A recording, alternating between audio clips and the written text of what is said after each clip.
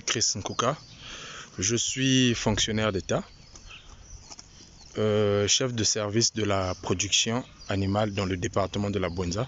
Donc je suis au ministère de l'Agriculture, de l'Élevage et de la Pêche.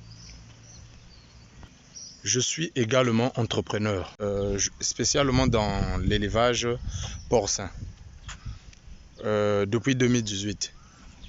Ce qui a permis que je me lance dans l'élevage porcin, c'est parce que j'ai suivi un cursus scolaire. Donc j'ai eu un master 2 en production et santé animale à l'université Marien Ngouabi, précisément en fait à l'école nationale supérieure d'agronomie et de foresterie.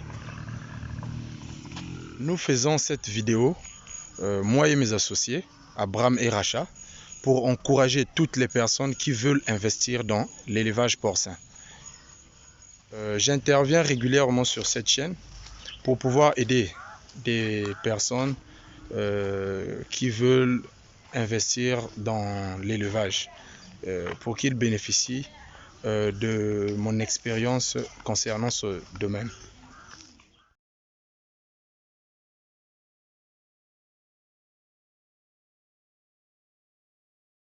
Ce qui est intéressant avec l'élevage des porcs, c'est que nous avons 2 mises bas par année. Donc la truie nous donne en moyenne 10 à 12 porcelets par mise bas. Donc nous avons 2 mises bas. Donc moyennement parlant, par année, une truie peut donner 20 porcelets. Et il y a un paramètre aussi important, c'est la croissance. Il faut également noter que le porc, c'est un omnivore.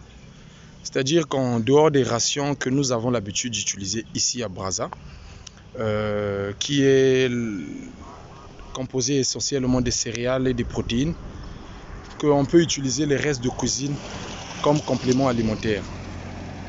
Toujours dans ce volet économique, il est important de signaler que pour 3 kg d'aliments qu'un porc en engraissement consomme, lui permet de produire 1 kg de viande. Économiquement parlant, nous pouvons dire que 1 kg de viande qui coûte 3000 francs est apporté par un aliment qui ne coûte que 1200 francs.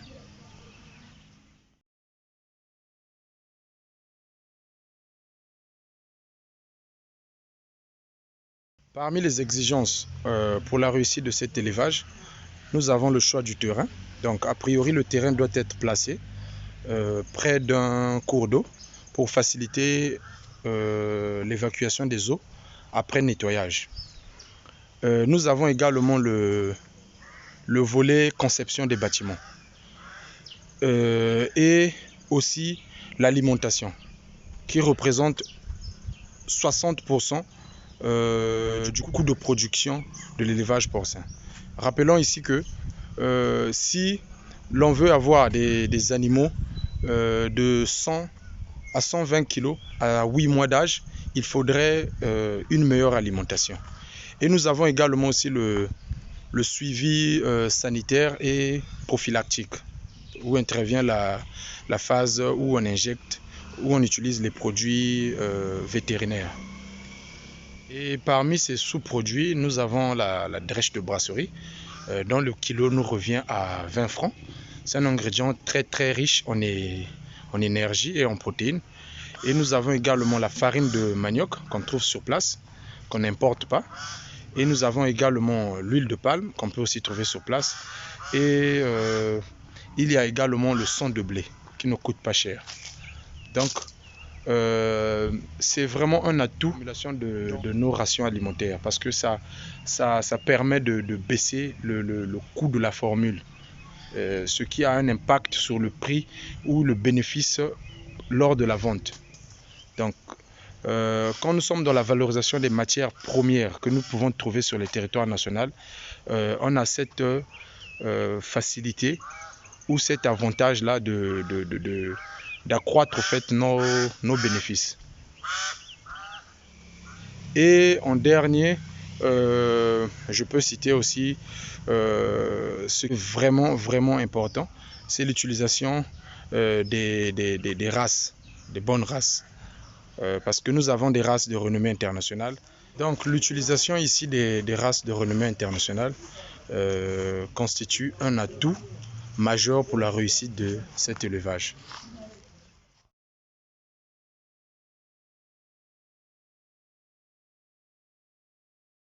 Pour la petite histoire, j'ai commencé mon élevage de porc en 2018, après l'obtention de mon Master 2 en production et santé animale, avant que je sois intégré au fait dans la fonction publique en 2020.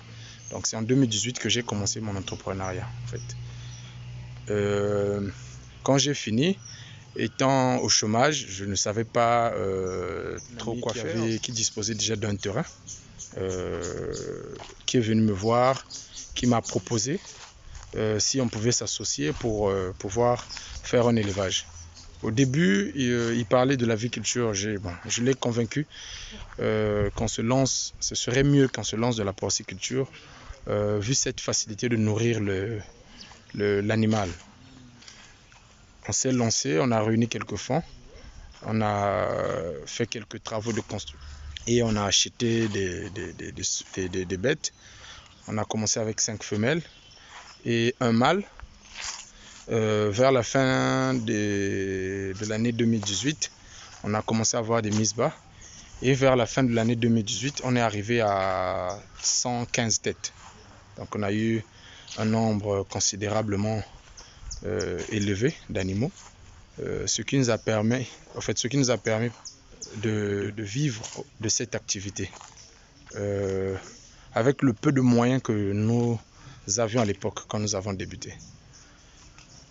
En tout cas, n'hésitez pas de poser des questions. Comme ça, je reviendrai vers vous pour vous répondre dans des nouvelles vidéos. Je vous dis à bientôt et n'hésitez pas de venir entreprendre au pays.